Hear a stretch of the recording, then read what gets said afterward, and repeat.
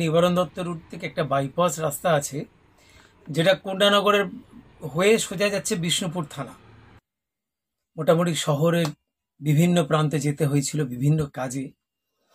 জলমগ্ন শহর, সে আর বলার উপায় নেই। কিছু বর্ণনা আজকে তো খবর চাপা দিলেও ফেসবুক, হোয়াটসঅ্যাপ সব প্রচুরভাবে খবর দেখছি এবং নিজেও পাচ্ছি। নিজেও কিছু পোস্ট করলাম, কিছু নিজে শ্যুট করলাম, কিছু পাঠালো। প্রায় 121 বা 22 বছরের রেকর্ড ভাঙা বৃষ্টি গতকাল হয়েছে। সরকার অনেক বেশি সচেতন হওয়া উচিত ছিল। প্রদেশ কংগ্রেস সভাপতি শুভঙ্কর সরকার এর আগেও চিঠি দিয়ে জানিয়েছে যে রাস্তার ভীষণ বেহাল অবস্থা, একটুতেই জল জমে যায়। জল নিকাশির দিকে খেয়াল করা হোক, রাস্তাঘাটের দিকে খেয়াল করা হোক। সরকারের উদাসীনতা বা সরকারের যারা রয়েছেন পদাধিকারী, তারা ব্যক্তি স্বার্থে হয়তো ব্যস্ত আছেন, যার জন্যে আজকে শহর এতটা ভয়ঙ্কর রূপ দেখলো। শুধু শহর না, গ্রামেরও চারিদিকে, যেমন আমাদের এখানে অভিষেক বাবুর কি বলে সাংসদ অভিষেক, তার অফিসের সামনে যাওয়ার উপায় নেই। আমাদের নিবারণ দত্ত রুটে যাওয়ার উপায় নেই। এ নিয়ে অনেক করেছি, আর ভালো লাগে না বলে বলে। এখানে সবাই যদি বধির হয়, সবাই যদি কালা হয়, অন্ধ হয়, সেখানে কিভাবে কি করা যায়? এই তবু বলি আর কি, নির্লজ্জের মতো।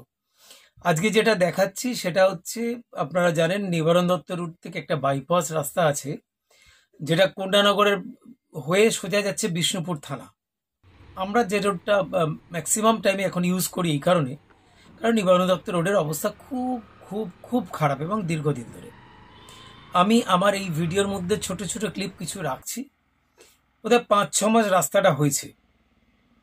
রাস্তার অর্ধেক হয়েছে পিডব্লিউডি যেরকম পিচ করে করে, রাস্তার সাইডে আন্ডারলাইন করে, হোয়াইট আন্ডারলাইন করে, যেরকম পিডব্লিউডির তরফ থেকে হয় সেরকমভাবে গেছে ওয়েল। তারপর থেকে অর্ধেক রাস্তা থানা পর্যন্ত, সেটা ওই ইটের মিন্স অ্যাশের ইট বা কিছু এই ধরনের কেমিক্যাল যুক্ত ইট দিয়ে বসিয়েছে, সেটা এখনো অক্ষত রয়েছে।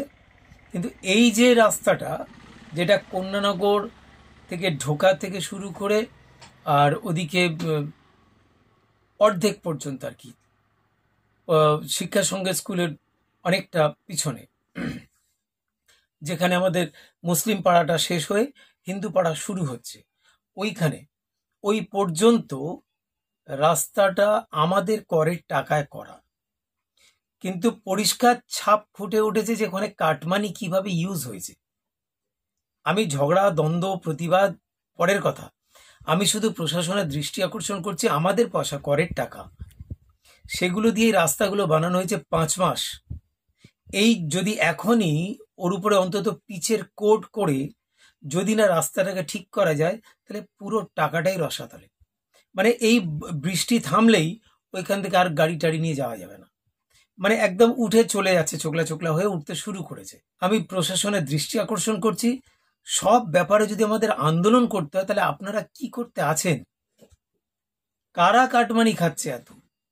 জনগণের টাকা, জনগণের করের টাকায় নিয়ে সরকার নাম কিনছে।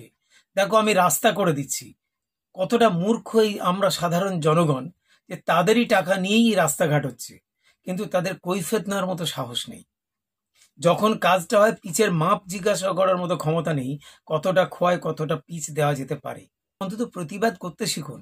এবং আমি প্রশাসনের দৃষ্টি আকর্ষণ করছি, ইমিডিয়েট যাতে রাস্তাটাকে আবার ওর উপর একটা পিচের কোট করে, যেটা করা হয়, পিচের কোট করে যেন রাস্তাটাকে রক্ষা করা হয়, নাহলে কিন্তু আমাদের টাকাগুলো সমস্ত চলে যাবে।